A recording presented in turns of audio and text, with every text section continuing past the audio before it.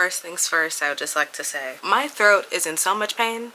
I think I'm coming down with the cold, so if you hear a cough or a little wheeze or a scratch in my throat, no you didn't. That was all in your imagination, and we don't even need to bring that up. Hello everyone, and welcome to my channel. If you are new, if you're not new, welcome back to my channel. My name is Marina, and today I am going to be doing a video talking about my most anticipated releases of 2025. 2025 is so close that it's actually kind of terrifying, but one of my favorite things to do is look through books that are coming out next year, because that way I feel like there's something to look forward to. Like, you know, like every time I see a book that I'm interested in, or like the next book in a series that I love that's coming out within the year, I'm always just like, yay, the countdown's truly on. And this year is no different. I have a lot of books on this list, and I just want to let you guys know this list is not like a finalized list, okay? Every time I Google releases for 2025, I always find something new that I'm like piques my interest. So although this list is long, it's definitely not complete, but I think these are my most prioritized releases of 2025. So I'm gonna include these in here, but best believe 2025 is a really good year for book releases. Like, I saw so many that I can't wait to get my hands on. But with that being said, I'm going to get into all of mine. I think there's in total 1, 2, 3, 4. There are 13. Let's go. Okay, first book on my most anticipated releases is very obvious. If you know me, then you know this was gonna get on the list no matter what. Sunrise on the Reaping by Suzanne Collins. Guys, we're getting a Haymitch book. Like, how was this not supposed to go on my anticipated releases? We're getting a book about Haymitch and his time in the Hunger Games and what his game was like, and I can't wait. I'm so excited for this. When Suzanne Collins announced this like months ago, I was gagged, truly. And the fact that we're also getting a movie for it, like in 2026, I think. Y'all can't play with Suzanne Collins and her book to movie deals. Y'all can't. She's already strapped and ready to go, because I think that's insane that the movie is coming out within a year of the book. Like, she had the concepts of a plan and she followed through with all of them. But yeah, Sunrise on the Reaping. This is where we follow Haymitch. And if you guys don't know who Haymitch is or the Hunger Games, I'm assuming you live under a rock. Like, to not know the Hunger Games is kind of crazy. But Haymitch was Katniss and Peeta's mentor in the Hunger Games books and movies. And every mentor for a Hunger Games tribute is someone who used to be in the Hunger Games. So in this book, we are following Haymitch and his Hunger Games. However, his Hunger Games were interesting because his were a quarter quell. I'm pretty sure that's what it's called. Every 25 years, tributes have to do like the most crazy, outlandish games that make it more difficult and harder to survive in. And Haymitch's quarter quell is actually gag worthy, okay? Because his, from what I remember, is double the contestants. So instead of 24, there's 48. So like, instead of 2 from each district, there are 4 from each district. And I think that's so crazy. Like, that's absolutely insane. And we all know that he ended up winning because he ends up being a mentor to Katniss later on, when Katniss is a tribute. So I just really want to know how his went down. I really want to know, and I also want to know the parallels between his games and the story of the original Hunger Games, because it was briefly mentioned in the book, though I don't think it was mentioned at all in the Hunger Games movies, which I think is tad odd. Haymitch is from District 12, and he knew Katniss's mother, and I'm pretty sure Katniss's mother's best friend ended up being one of the tributes in his games as well for their district. So that's interesting to me. I don't know if that's like going to be brought up at all. I'm assuming it will be, because Suzanne Collins doesn't do plot holes. Everything means something in her Hunger Games universe, and I just want to see how that plays out. I'm very excited for this. If you could not tell, it's like the main book I'm looking forward to. This one and the next one I'm going to be talking about, because they come out within a week of each other. I'm really excited to read Oathbound by Tracy Deonn. This is the 3rd book in the Legendborn cycle. I was going to say trilogy, but she extended it to 4 books. So I don't really know. She might add more. I don't really care. But this is the 3rd book. And yeah, this book comes out within a week of Sunrise on the Reaping. So I'm just gonna have a really good time in March is what I'm hearing. Oathbound, 3rd book in the Legendborn cycle. We're gonna continue following Bree after, how do I describe the events of the sequel. I don't even know. Bree went through a lot in that second book, okay? Bree went through a lot, and we're kind of gonna follow everything that happens after that, and I'm very excited. You guys know that Legendborn, one of my favorite books, one of my favorite series of all time, if not my favorite series, and I genuinely cannot wait to read this. I've been thinking about it all the time. I've gotten so many of my friends hooked on to Legendborn this year. It's something that I'm very proud of. It's something that was kind of meant to happen. I had the concept of a plan and I followed through. A lot of my friends got into Legendborn this year, so we're all just like anticipating the release of the third book. What a time to be alive. This might be my #1 book I'm looking forward to. This and then Sunrise on the Reaping. Next book we have is a YA contemporary romance, If We Were a Movie by Zakiya and Jamal. I don't know nothing about this other than the cover and the fact that it's a sapphic YA romance, and that's all I need.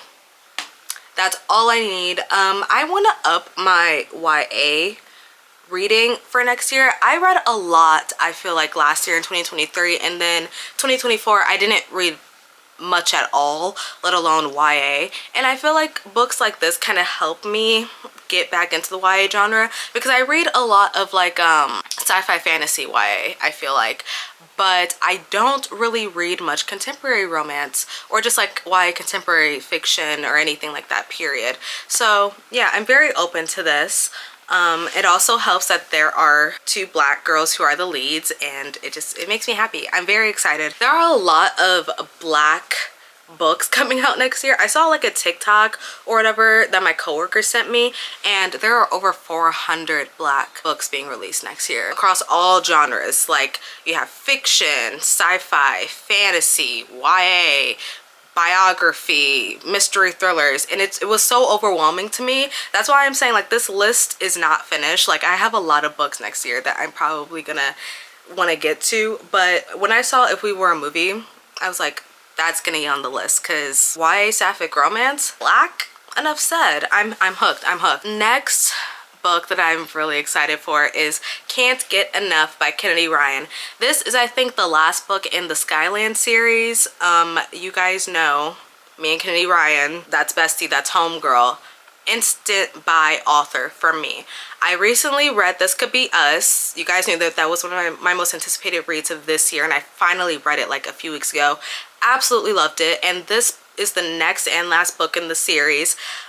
This one, I'm pretty sure, follows Hendrix. She is Yasmin and Soledad's best friend. She's the one in their friend group that's like all business but also fun. Like, she's their fun, funny gal pal that just likes like having fun in her relationships as well. She doesn't take relationships too seriously. She has very high standards that not a lot of people can meet, and I think in this book she finally meets her match when it comes to like all of her like qualifications for who she wants to be in a relationship with and how she wants to go about in a relationship.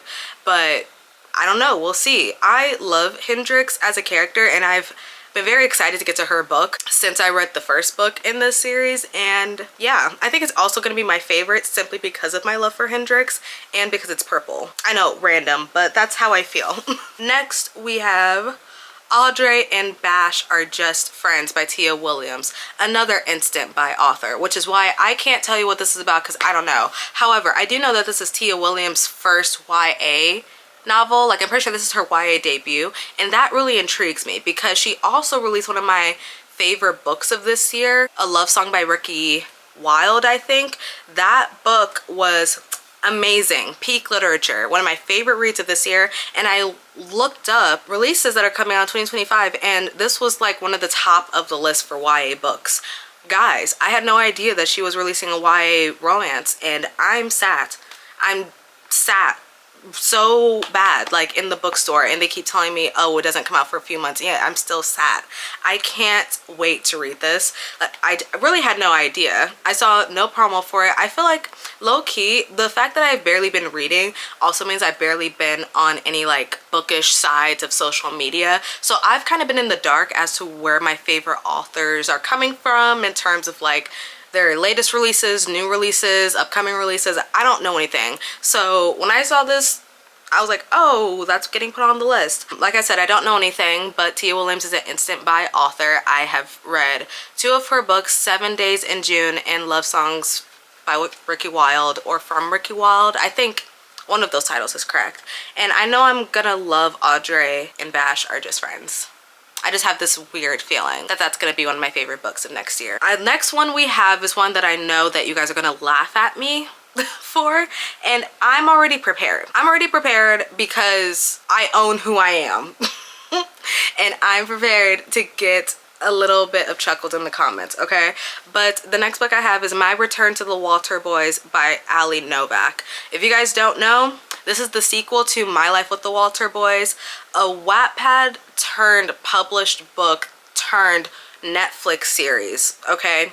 And I watched the Netflix series last year, fell in love with it. I've watched it at least 20 times since then. I'm not even trying to be funny, just the truth. I'm obsessed with that show, and me and my friends actually read the book My Life with the Walter Boys back in the summertime. I thought it was cute, fun, cringy, but like most Wattpad books, they're all kind of cringy in some way, shape, or form, so it wasn't terrible. I think I gave it like 3.5 stars. And this is on my most anticipated releases simply because I'm curious as to what this author Ali Novak is going to do, because for those of you guys that don't know, My Life with the Walter Boys came out years ago. Like I'm talking like 2015, 2014, like it's been years, and there's never been a sequel for it. But I think because the show got renewed for a season 2, the author was like, okay, time for a second book, and is putting this out. And I just want to see what she's going to do with it. Obviously, I feel like season 2 is going to reflect this book. I don't know which one is coming out first. I know that season 2 just got done wrapping. I don't know. The book, I think, comes out in the first half of 2025. Correct me if I'm wrong, though. I just want to know what she's going to do here. Because if it's coming out before the show, best believe I'm gonna get to it before then, just so I can be in the know. But yeah, I liked the first book enough to want to give the sequel a try. I'm not against Wattpad books. That's what I grew up on. So like, yeah, I'm open to it. Okay, next book is from an author that I'm currently reading right now. Not this book specifically, but another book by this author. One of my anticipated releases for 2025 is Calabasas by R.F. Kuang. I don't know much about this book other than it's R.F. Kuang's first attempt at a romantasy, and I am so curious as to how this is gonna go. I'm currently in the middle of reading Babel. As you guys know, Babel is one of the books that I want to read before the end of the year, and while I was making this list, I saw that she's releasing another book next year. R.F. Kuang stays, like, her pen is on fire. She stays writing, and every single release she has is something completely different from the last. So I really just want to know how this is going to turn out.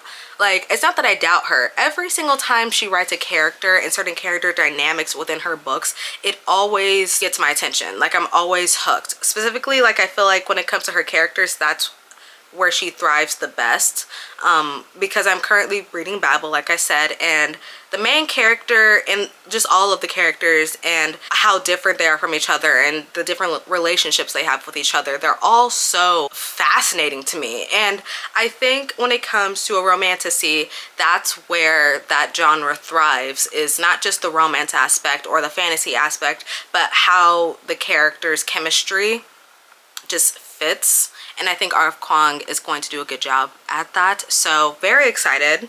Again, did not know that that was happening. Did not know that was a thing that was coming out until I looked it up on Google. So next book I have is The Good Vampire's Guide to Blood and Boyfriends by Jamie D'Amato. I saw this. I'm pretty sure it's a contemporary romance. I don't think it's YA. All I know about this book is that it was promoted, I think, in a way where it's like Buffy the Vampire Slayer meets Heartstopper, and that's all you have to say to me. That's all you have to say. I'm gonna read it. I don't need anything else. I've never read anything by this author. I don't know if this is their debut or what, but I think it's gonna be fun. I think I'm gonna have a good time with this. From what I remember, the main character is a college freshman who accidentally gets turned into a vampire and has to navigate his new life as a said vampire, but then ends up finding a guy that he really likes on campus. It's like, I think his first like crush on someone, so he doesn't really know how to go about having a crush and later on having a relationship with this guy without telling him about his vampire self. And I think that it's just gonna be a cute, sappy little romance. Like, I don't know. I don't really have like high expectations. I just think that this is going to be a really fun read. This upcoming year is all about having fun with the books that I am choosing to read, and I just really hope that I do. That's what I tried to prioritize while making this list. Like, are these books that I would enjoy reading? Like, am I gonna look back at this list and be like, oh, I didn't read half of these because these were books that I just don't have interest in anymore? Because if that's the case, then I don't want to make that sort of list. I want to make a list of books that I know that I will enjoy, and you guys know me, I love a good vampire book. So next book is a sequel to a book that you guys know I've read if you watched, again, my vampire reading vlog video. A Steeping of Blood by Hafsa Faizal. This is the sequel to A Tempest of Tea by Hafsa Faizal. This was one of my most anticipated reads of 2024, and then I read it and I liked it a lot. I gave it, I think, 4 stars, I'm pretty sure, and the sequel comes out in 2025. I'm sad. I'm so excited. The way that the first book ended, they're all going through it. All of the characters, they're all going through it, each and every single one of them, and I think that the sequel is definitely going to send me over the edge emotionally, but that's fine. Like, that's exactly what I want. So yeah, A Steeping of Blood. Hafsa Faizal did not disappoint me with A Tempest of Tea. I don't think she would disappoint me with A Steeping of Blood. Next book I have is from an author that I also read this year for the first time. Sweet Heat by Bolu Babalola. I think it was in November. I ended up reading Honey and Spice by Bolu Babalola. This was a book that I had been wanting to read for literal years, and then I finally picked it up and was like, it's time. I read it. I really liked it, and so my expectations for Bolu Babalola are kind of like high. I haven't read anything from her besides Honey and Spice though. I know that she has like, I think 1 or 2 other books, but this is her release for next year, and I just want to see if it's gonna be as good as Honey and Spice. Like, I don't know. I don't know what she has come out with since Honey and Spice. I don't know if she's come out with anything at all since Honey and Spice, but I really liked that book, and I liked her writing style, and I like how relatable she was able to make her characters and her story for Honey and Spice, and I just hope that Sweet Heat also gives me that same vibe. Granted, again, I don't know what it's about. I should check. Wait, is this a sequel? Oh my god, guys, this is a sequel to Honey and Spice. I had no idea. You see what reading descriptions gets you? I had no idea that this was a sequel. We're following the same characters. They're just aged up a bit, because I'm pretty sure in Honey and Spice they were like college age. They were like 20, 21 years old. Maybe 19 to 20. And this, they're like 28. Kiki and wait, is this Second Chance Romance? Did they break up? Wait, guys. Hold the phone. Stop the music, cut the cameras. I'm gagged. I had no idea. I mean, I guess Sweet Heat, Honey and Spice. No, I wouldn't have known by the titles. That's interesting. Okay, well, I'm gonna be reading it now, especially because I really liked Honey and Spice. There were a few problems I had with it. I really did enjoy it though. I had no idea that Sweet Heat was a sequel. Definitely gonna be on my radar. I think that book comes out in July, if I read that correctly. Okay, next up we have another sequel, Immortal Desires by Tigist Girma. As you guys know, I read from my vampire video Tigist Girma's debut novel, Immortal Dark. It's literally behind me. I read her debut novel, Immortal Dark, and I really enjoyed it. And the sequel's coming out next year, and I will be reading it. Went into it kind of knowing nothing other than the fact that it was getting a lot of traction on social media to the point where it came on my feed, which is surprising, again, because I was not on many bookish social media sites this year. Like, I was very not in tune with whatever was going on social media for books. So when it came onto my side of Twitter, Instagram, TikTok, whatever, I was immediately like, okay, I should read this because I was just interested in knowing what the people were talking about, specifically Black people, because there was a lot of people that I was following that were talking about it, and I was like, okay, it's time for me to open a book. So Immortal Dark, I read it, I really liked it, and Immortal Desires comes out next year, and I really hope that I like it just as much, if not more. Next we have Spring Awakening by J.S. Jasper. This is, I'm pretty sure, a sports romance between what's the game called with the stick? It's not hockey. It's not lacrosse. I highly doubt it's lacrosse. Wait a second. Sorry guys, I keep having to check because I don't remember. Rugby. Rugby doesn't have a stick does it? I don't know. Look, when I read sports romances, it's not for the sports. I can tell you that right now. But I put this book on the list because it is sports romance, it's Black, and that's it. I knew nothing else. And I think the premise is that the girl is on his like PR team or something. Yeah, she's working on the PR team for the local rugby team. And I think it's Grumpy Sunshine, which could be hit or miss for me sometimes, but I don't know. I think, again, that this book could be really fun, and it comes out really early in the year, so I feel like if I'm just in the mood to just read a fun, cute little sports romance, this will be the first one I pick up, because why not? And then the last book I have is Love in 280 Characters or Less by Raven K. Springfield. This is a YA contemporary romance book. Like I said, I'm trying to get more into my YA contemporary bag in 2025 because there are so many that are just really, really cute that I don't read, and I think I should because they look interesting to me. This one is coming out next year, and this one interests me specifically because it takes place in college. A lot of YA romance that I have read takes place in like high school, like they're coming of age stories specifically for like high schoolers. I've never read a YA that's set in college, so I picked it up for that reason. But I also picked it up again because Black, but also because I'm pretty sure, I don't know if it's Academic Rivals to Lovers. In this book, the main character, Monica, is going through her first semester at her new school, her university, where she knows little to no one. She wants a fresh start. She has a blog that she posts on, and apparently a lot of people that go to her school interact with the blog, follow the blog, whatever. And her main love interest is someone that she reads comments from all the time, that she loves interacting with through her website, but she has no idea who the person is offline. So she finds this guy in person, this guy that she thinks is the guy who leaves her messages on her blog. And yeah, it follows her relationship from there. I don't know if I explained that in a way that's interesting, but I don't know. I saw the cover and I was like, that's so cute. And I, again, am open to reading YA contemporary romances this year. I think I just need something that's light and fluffy for the new year. I need something light, fluffy, and easy to read. I think that can definitely help me like start my reading journey off in 2025, because I think that this also comes out in the first half of the year. Yeah, in April. So yeah, I think that could be easy for me. We'll see. Those are my anticipated releases for 2025. That's 13 books. And again, the list is ongoing. There are a lot of good releases coming out next year. If you guys are anticipating any books that I have not put in my own list, leave them down in the comments below, because I feel like 2025 is going to be a good year for reading. I hope so, because of the amount of books that have caught my interest. I think that there's a lot of different books to choose from in different genres, and I don't know, this is like really exciting for me. This is the most excited I think I've been for like an upcoming year of reading in a long time, and I just can't wait. So that's it. If you guys like this video, thank you. If you'd like to follow me on social media, it will all be linked down in the description below. And yeah, I think that's it. I'll see you guys in my next video. Bye everyone.